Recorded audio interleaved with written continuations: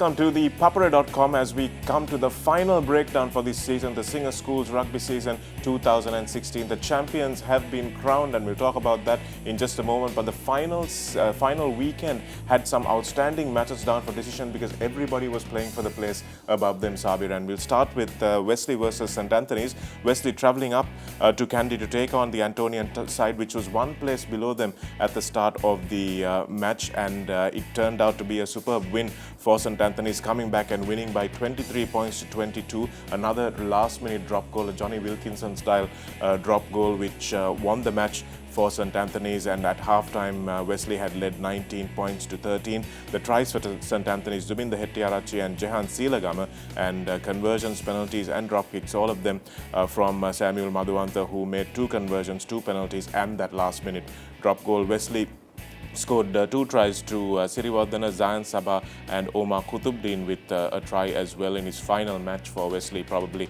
and Avishka making his conversions and penalties as well. Yes, indeed. It was interesting, like you said, the Johnny Wilkinson style of finisher. We have seen this guy playing so well in the previous game also. In the last game also, he made a 53-meter drop goal. And he finished this Wesley game also with a 42-meter drop goal, I think.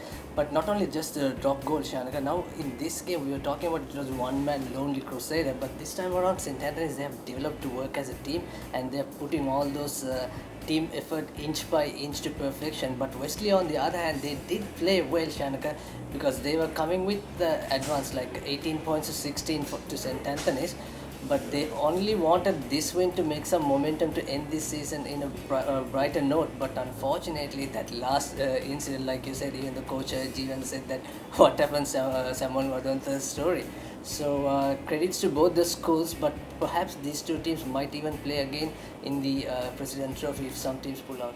It remains to be seen whether they will take the places if some other teams pull out, but both these teams looking to next year, Sabir. That was what was important for both of them going into this match. Both Wesley and St. Anthony's playing with some young teams, and one thing that St. Anthony's can count on is that they've got a guy who can score points. So what they need to do is rally things around them, make sure they get their set pieces right so that he's put in good positions that he can score points from.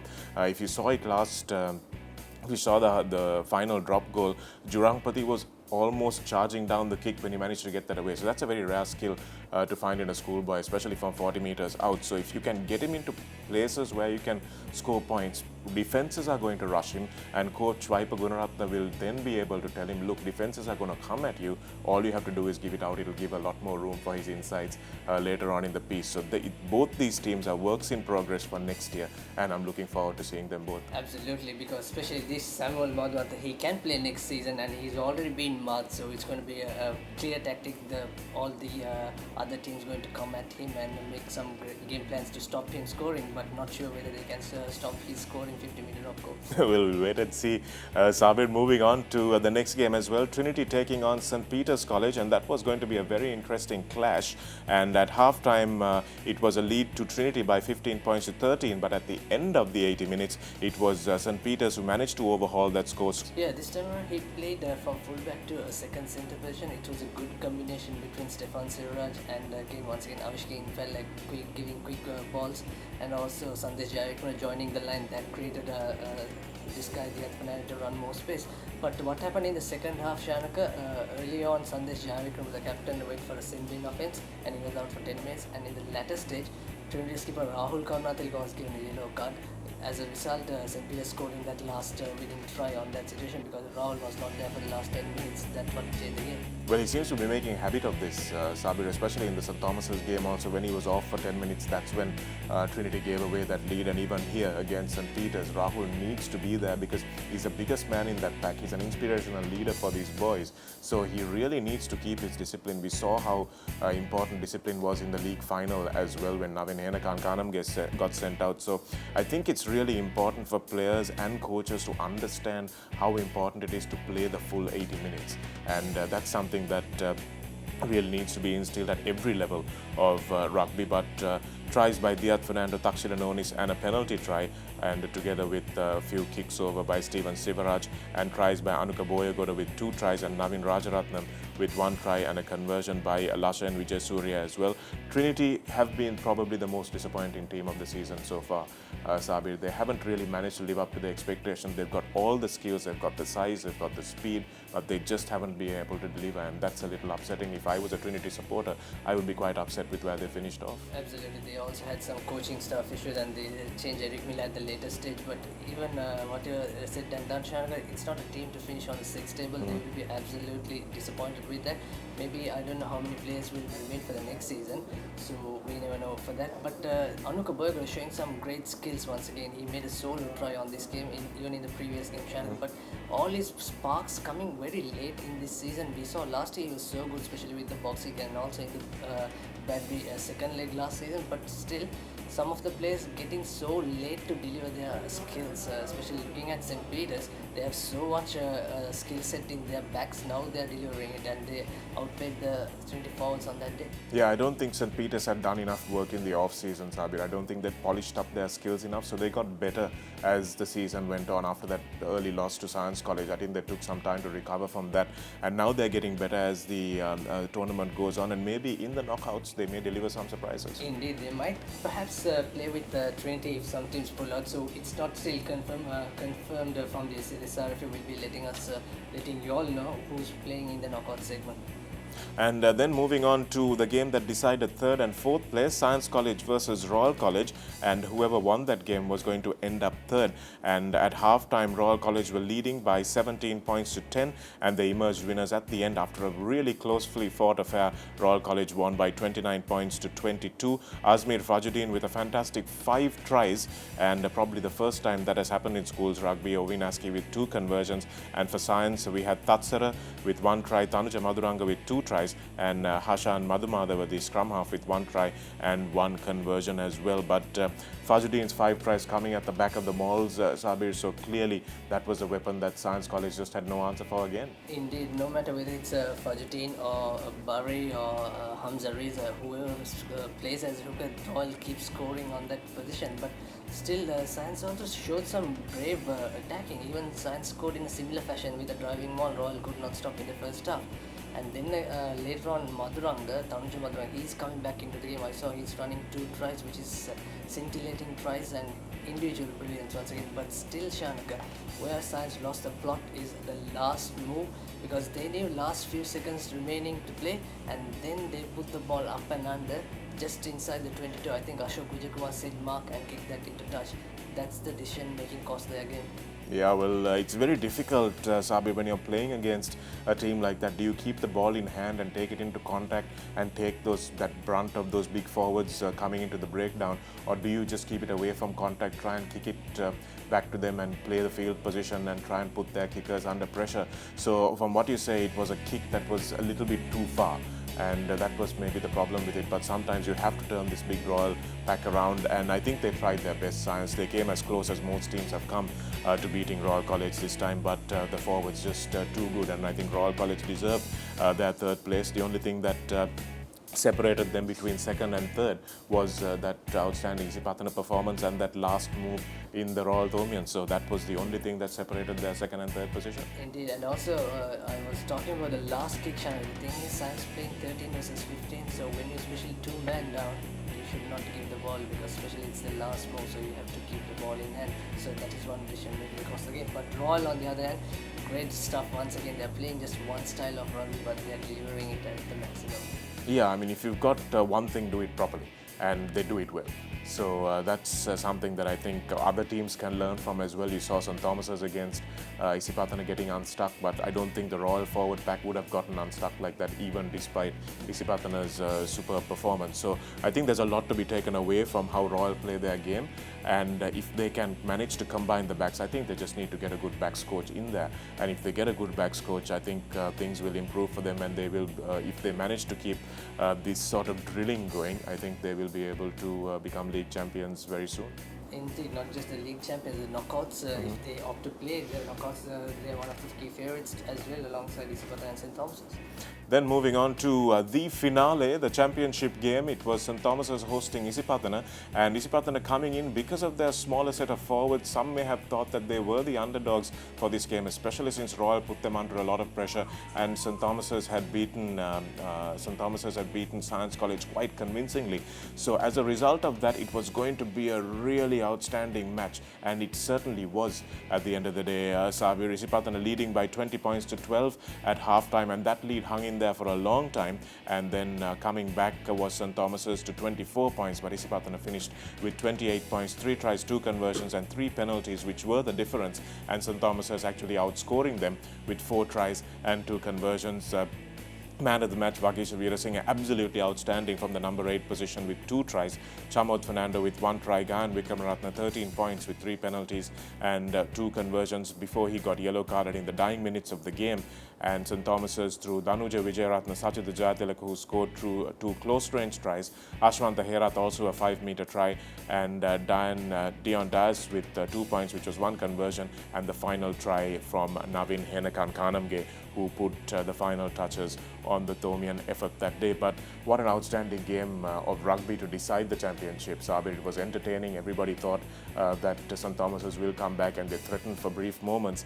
But Isipathana, I don't think I've seen a more complete performance by a school's team, an unexpectedly complete performance by a school's team in a long, long time. Indeed, it's a fitting finale with both the teams, but St. Thomas perhaps might be disappointed, but they can certainly be proud of their achievements comparing to the last season what they did at Shanaka. Like you said, Vagisha Veerasinghe was outstanding. Shanaka.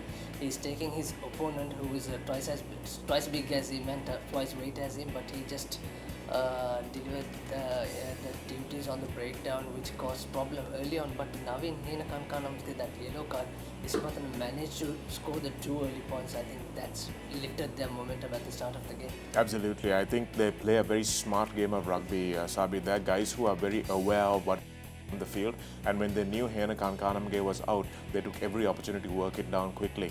And the difference between the ball going to the wing for St. Thomas's, they were throwing it wide to Henakan Kanamge, skipping about 2, 3, 4 players sometimes.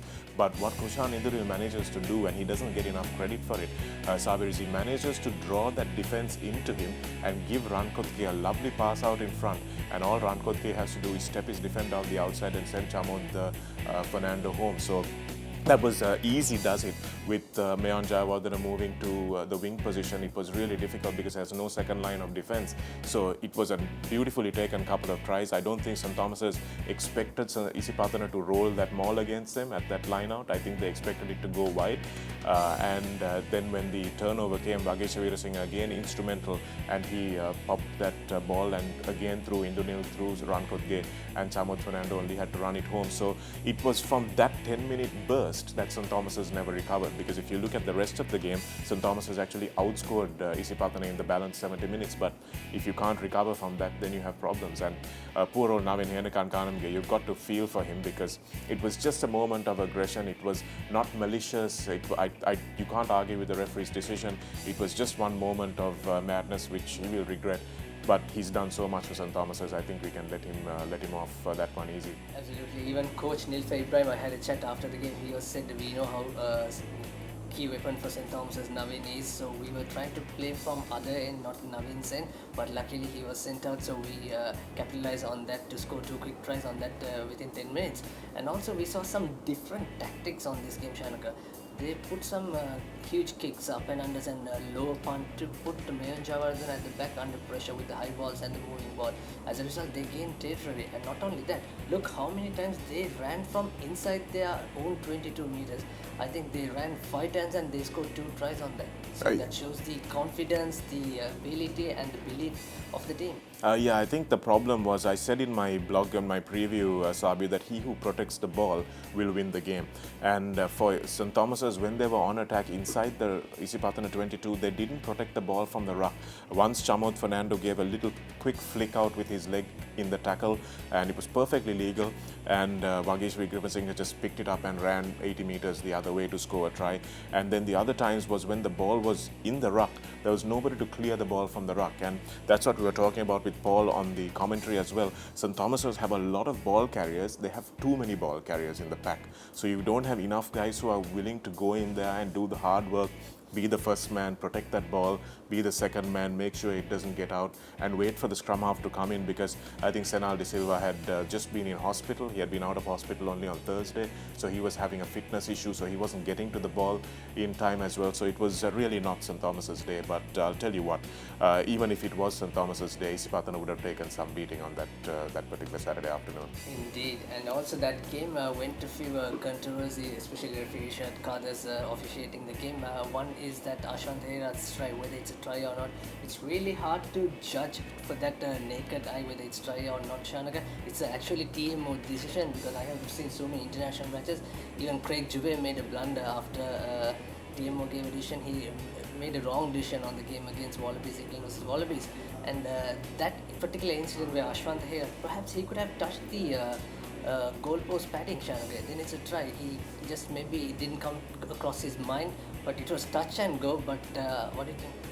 Yeah, it was touch and go. I mean, when we looked at it from the camera angle that was available to us, it looked like it didn't get over the line. And Ashwant also just has a look at the referee. He's lying down, he has a look at the referee and tries to push the ball forward. There, it was a sneaky move. So I don't think even he thought he'd gotten it over. But if he just reached out and touched the ball against the ground and the padding, maybe it would have been better for him. But you know, these things happen, and at the end of the day, it didn't impact the result of the game, which is the most important thing. And but referees make mistakes. I think those sort of mistakes are where everybody can let those go, because those are honest mistakes. He's in the right position, and if he hasn't seen it, he hasn't seen it. That's nothing you can do. Glimpse whether you see a knock on or not. It's very hard, because we sat and watched the video. 4 of our corporate crew members, and 2 said it's a try and 2 said it's not a try. So there are confusion. So without a TMO, even with the TMO, I don't think the decision could have been turned in the right way. Yeah, it was a tough one. It was a really tough one, and I don't think that was the worst decision that happened. I think some of the St. Thomas's supporters arguing that the cards for Ekanaik and Vikramratna, or whoever was on the Isipathana defensive line, could have come a little earlier. Even if that was the case, I don't think that defense would have cracked too much, Sabir, even if those cards came a little earlier, because St. Thomas's were getting completely dominated in the scrum, completely dominated in the line-out. They had Satyajit Jatilaka playing with a fracture on his hand, so he couldn't pull the ball up out of the scrum, which meant that the scrum just kept going backwards. And if he was fit, maybe it might have made a difference, but all these ifs and buts don't matter, because Isipathana just dominated on the day, and they absolutely deserve a champions. Absolutely. So congratulations to Isipathana once again to becoming the Singer Schools Rugby League 2016 champions. And let's have a look at what happened in the plate segment, Shanaka. St. Joseph's College won the plate championship, and Zahira College finished as plate runners-up, and then Dharmaraja College in the 3rd place. There is an inquiry going on for Dharmaraja College for that incident. We'll talk about that. And in 4th place, much important match again, DS versus Kingswood, but DS somehow managed to pull that through, because although they lost the game, they got 2 bonus points, which means 0.5 for 7 or less, and 0.5 bonus points for scoring 4 tries in that losing game. As a result, they scored 17 points to Kingswood 16.5. So Kingswood at the moment are demoted for the next segment, which is quite surprising for all the Kingswood fans and for us as well. So we never know what would be the inquiry happens against Dharmaraja College, but that incident, especially with the St. Joseph Dharmaraja game, just 5 minutes before the full-time, Shanaka, but that reaction is surprising, especially with that player number 7 and the entire bench. Yeah, it was very surprising, Sabir. If we watch the video here, you can see before even the number 7 throws a punch, watch the loose head prop throwing a punch onto the flanker. Now that's a punch that happens quite often in rugby, but that's not something that's acceptable. Then you find the flanker throwing a punch there as well, and that's okay for me. But once he's being sent off, he's being given a yellow card, he's walking off the field and he throws another swipe. That is just absolutely unacceptable. Referee calls him back and he's going to give him a red card, obviously. for a second yellow, and he comes back and punches another player again, which is just absolutely, I just don't understand it. And then St. Joseph's react to that. Good restraint on St. Joseph's part to wait until that point to react, and then before you know it, the bench has already come onto the field, and I think the coach needs to be taken to task for allowing the bench to come onto the field and not preventing that from happening. And then you watch it again, there's one player who gets punched by a player on the bench. He gets kicked while he's on the ground, and another Dharmaraja player standing over him and punching him twice while he's on the ground. And then I think Bilal Hassan probably saved someone's life because he dragged him off when he was getting attacked by a helmet. And luckily it was Bilal, so players don't want to even spectators don't want to take him on. But if it was someone else, they might have both gotten attacked, and that could have ended really badly, Sabir. Really badly. I mean, you get hit by a helmet on your head, that could lead to death. I don't want to make too much of a big deal about it, but it could. And that's something that really needs to be prevented. There's a lot of stuff that's available on video evidence, and I hope the police take action. I hope St. Joseph's pursue this, and I hope Dharmaraja, just like their master in charge had done, I hope they don't try to whitewash it, because he's saying it was the referee's fault, and if the referee viewed better, this wouldn't have happened. That for me is not an acceptable stance from an official of a school. He's got to say, look, we're sorry about what happened, we'll make sure the culprits are punished. That's the only acceptable response from Dharmaraja, and they haven't given it.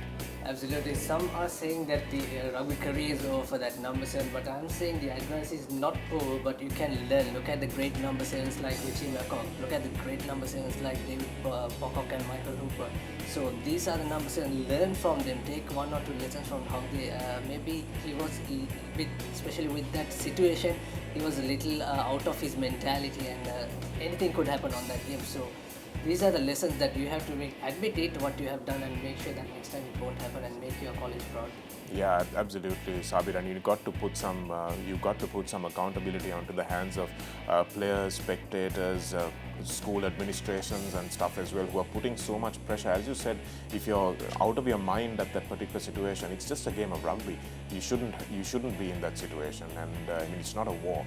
And you can understand if this is the stuff that happens in rugby that we're excusing, what could happen in far more dire situations than that. So I really think that there needs to be some serious action taken on this particular incident. Absolutely, this is rugby, this is not football, like Nigel Owen says. So that's all we have from the breakdown segment for the Singer Schools Rugby League 2016, and we'll bring you all the Milo knockouts update for you, and stay tuned for ThePapare.com.